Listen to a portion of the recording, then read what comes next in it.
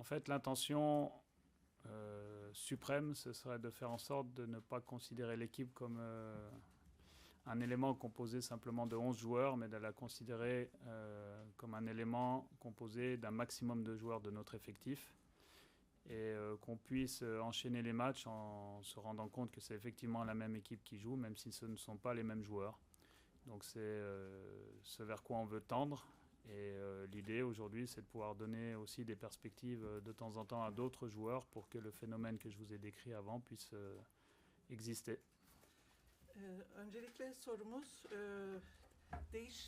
kazanan bir takımda değişiklik yapılacak mı? Aynı ekiple mi devam edilecek? Niyet 11 oyuncudan oluşan bir ekip değil, maksimum oyuncuyu dahil ettiğiniz, aynı ekibin içinde farklı oyunculara şans verdiğiniz bir şekilde kurulan bir ekip olarak düşünebilirsiniz. Arnaud.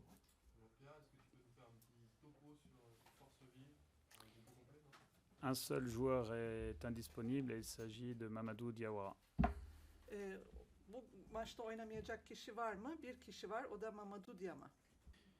À la fois, j'essaie de faire en sorte qu'il y ait des principes de jeu collectif qui restent stables d'un match à l'autre, de manière à ce que les joueurs puissent les intégrer. Et ensuite, je fais en sorte que les états de forme, mais aussi les performances, que ce soit en match ou en séance, soient valorisés. Et du coup, des perspectives apparaissent pour l'ensemble des joueurs du groupe. Zaman zaman takımda olan, olmayan oyuncular olabiliyor. Bunları nasıl entegre ediyorsunuz? Kolektif ve sabit bir oyun içerisinde entegre etmeye çalışıyorum. Hem formlarını hem performanslarını değerlendirerek onları oyuna dahil ediyorum. Les deux équipes se ressemblent beaucoup, notamment dans leur manière d'attaquer. Et donc, dans ce sens, je pense que ça va se jouer dans le rapport de force, c'est-à-dire notre capacité à attaquer plus qu'eux et à le faire efficacement. Et forcément, si on attaque beaucoup plus que notre adversaire, ils auront moins le ballon et moins de possibilités. C'est un peu l'ambition qu'on a sur ce match-là. İki ekip de aslında birbirine çok benzer ekipler, özellikle hücum açısından. Dolayısıyla burada güce ağırlık vererek, daha fazla hücuma ağırlık vererek, onlardan daha fazla topa sahip olarak, onların da daha az topa sahip olmasını sağlayarak bir maç gerçekleştirmeyi düşünüyoruz. Donc effectivement, ça crée un contexte avec ses avantages et ses inquiétudes.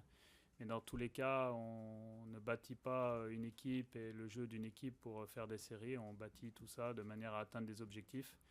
Et on espère que cette série nous permettra de nous rapprocher de nos objectifs dans les différentes compétitions.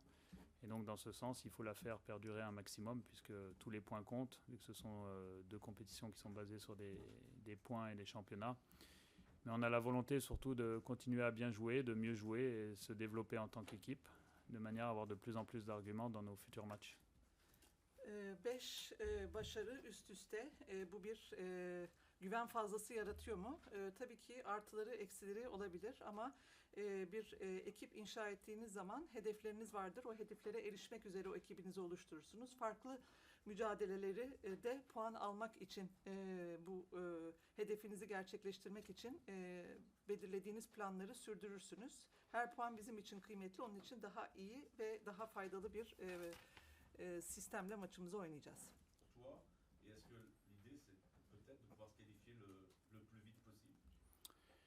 Dans tous les cas, en ayant gagné nos 2 premiers matchs, on peut espérer cette chose-là et on se soucie simplement de gagner notre match suivant. Voilà. On n'a pas trop de lecture étant donné que c'est un nouveau schéma, une nouvelle formule.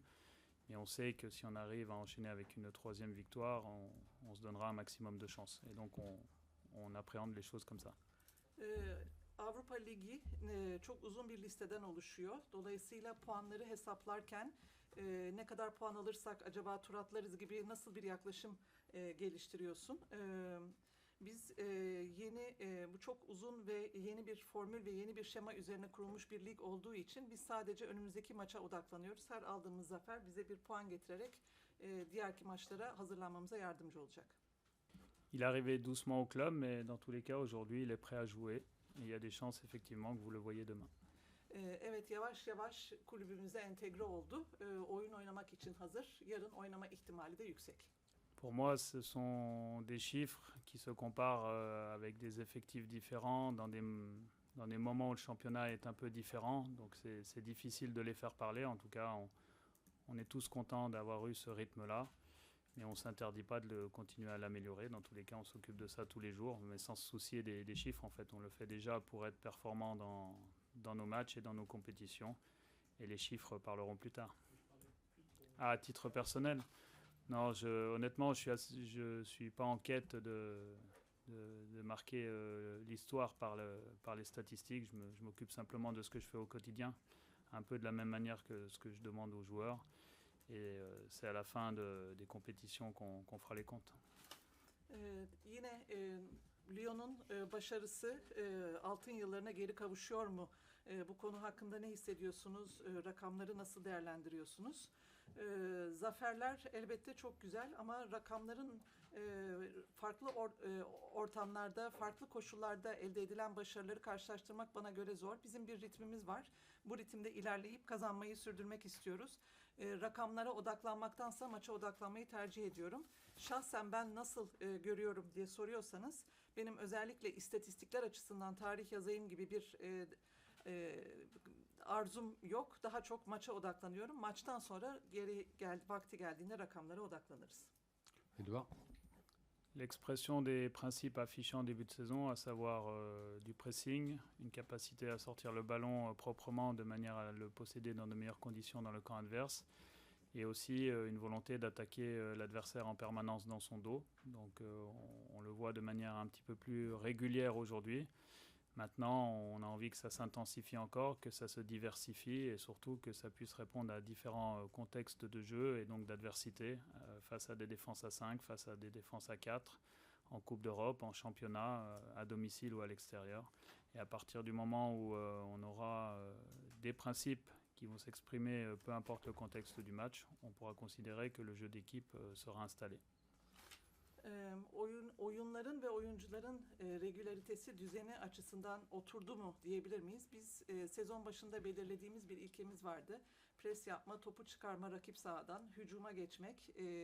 Dolayısıyla buna odaklanarak devam ediyoruz. Bunun daha da artmasını ve çeşitlenmesini, farklı oyunlarda bunları geliştirmek, bu ilkelerimizi uygulamak istiyoruz.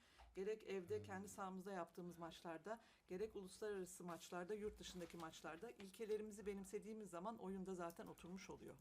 Julien. Cela ramène des angles de jeu différents et forcément de l'incertitude pour leur adversaire direct. Et ça nous donne des solutions aussi par rapport à comment l'adversité peut bloquer une solution. C'est-à-dire qu'on a toujours un plan B dans la poche, en tout cas sur le même joueur. Après, ce qui est intéressant au-delà de ça, c'est qu'il soit en plus capable de jouer dans des positions différentes. Et à partir du moment où il y a de la variété de pieds et de la variété de positions, l'incertitude monte en flèche. Donc c'est intéressant pour l'équipe et je pense que c'est problématique pour l'adversaire. Aynı zamanda farklı hücum oyuncuları, sol ayak kullanan, sağ ayak kullanan, bunlar nasıl gelişiyor? Farklı oyun açılarında değerlendirdiğimiz zaman rakipte çeşitli belirsizlikler yaratabiliyor. Elbette biz aynı oyuncu üzerinden her zaman bir B planı geliştiriyoruz.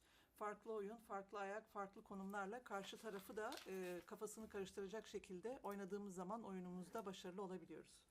Je pense qu'on a vu enfin en compétition la première version de ce que ça nous apporte. Et maintenant, je pense que nos adversaires regardent les matchs pour préparer leur confrontation. Et du coup, peut-être qu'effectivement, ils vont devoir tenir compte de cette arme supplémentaire.